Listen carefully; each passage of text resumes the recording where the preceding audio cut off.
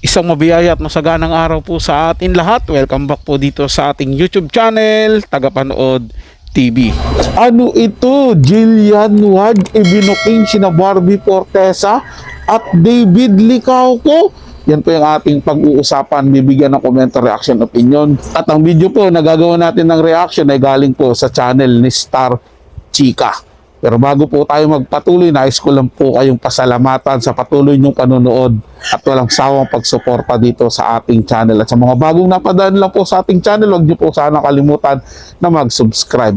Hit ang notification bell para updated po kayo sa mga bagong video na ilalabas natin. Isang like, share, and subscribe mga tagapanood. Sobrang laking bagay po sa ating channel yan. At syempre, libre lang po yan. Wala pong bayad. Kaya naman simulan na po natin ang ating reaction video sa araw to mga tagapanood. Let's do this! Jillian Ward, si binuking ang barda. Barbie Fortesa at David Licauco magkahiwalay pero magka-video call. Trending ngayon ang naging motorcade ng float sa Sinulog Festival na Barbie Fortesa para sa isang sikat na food chain. Madami kasi ang happy at the same time may hinahanap ang kapwa endorser ni Barbie Fortesa na si David Licauco.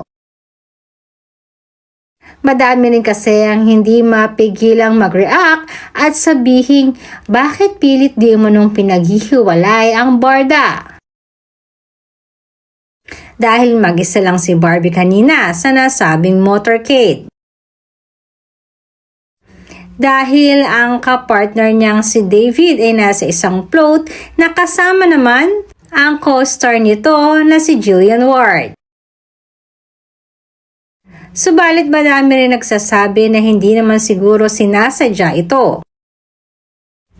Dahil maging ang mga endorsers sa nasabing sikat na fast food chain katulad na lamang nila Heart Evangelista, Alden Richards at Vice Ganda ay hindi rin present sa nasabing festival. Samantalang trending din nga naging pagbubuko at pagbibiro ng co-star ni David Licauco at kaibigan ni Barbie Fortesa na si Jillian Ward. Dahil madami di umano ang nakapansin kay Jillian nang may nagbiro dito at hanapin kung nasaan nga ba si Barbie. At ibinulong na lamang di umano ni Jillian na magka-chat at magka-video call naman di umano ang dalawa kahit hindi sila magkasama. Hindi pa rin naman kasi may alis ang napakaraming followers ng barda ang maghintay sa kanilang muling pagsasama.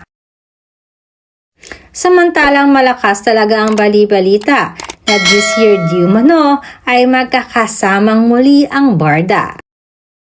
Okay. Yung ito pala, yung pangyayaring ito mga tagapanood, noong nagdaang Sinulog Festival doon sa Cebu. Oo nga pala. Medyo matagal na rin pala na nangyaring ito. Ngayon lang natin nagawa ng reaction video. Ano lang kasi ito actually ano lang to. Na-request lang na gawan ko daw ng reaction. Kung ano ang masasabi ko dito, pinasa lang po sa akin to ng isa nating masugid na tagapanood dito sa ating channel. Well, ang masasabi ko diyan na kahit hindi sila magkasama o magkatabi sina Barbie at David Licauco, may communication pa rin yan. Kaya nga ni Jillian Ward, di ba, na booking na magka-video call pa ang dalawa kahit pareha silang nasa Cebu. Magkahiwalay yata yung event na pinuntahan nila ni Barbie at ni David. So kahit ganun ang gawin nila, kahit maging dito man nasa Maynila sila, madalas silang hindi nagkikita, pero di ba? Pero may mga balita na lumalabas na mayroon talagang araw na para sa kanilang dalawa na nag-uusap sila, magkasama sila.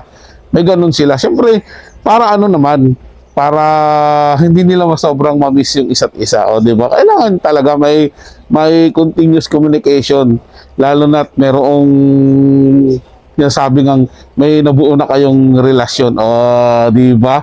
Pero tingin ko baka itong relasyon na to, para sa akin to mga tagapanood, sarili kong opinion, baka yung relasyon na ito na itinatago nila is serious relationship talaga. na hindi pa nila pwedeng sabihin sa ngayon, na hindi pa nila pwedeng aminin.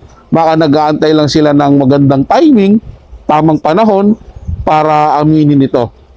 Hindi po ba? Kasi siyempre may mga proyekto silang hiwalay ngayon na hindi sila magkasama. Baka ang hinihintay nilang perfect timing na umamin sa totoong relasyon nila, kapag nagkaroon na naman sila ng tambalan o pagsasama sa isang project. So, sa mga solid Barda fans dyan, antayin na lang natin, di ba? Kapag nangyari yun. I think mangyayari naman yun dahil marami ang nag-aabang at nag-aantay ng kanilang tambalan. So, ano masasabi nyo mga tagapanood? May komento kayo at opinion? I-comment na yan sa ating comment section. Babasahin at pupusuan ko yan. Sila po mga tagapanood. Ito ay comment at opinion lamang. Wala pong personalan. Paalam po at mabuhay po kayong lahat. Maraming salamat po sa inyong panonood.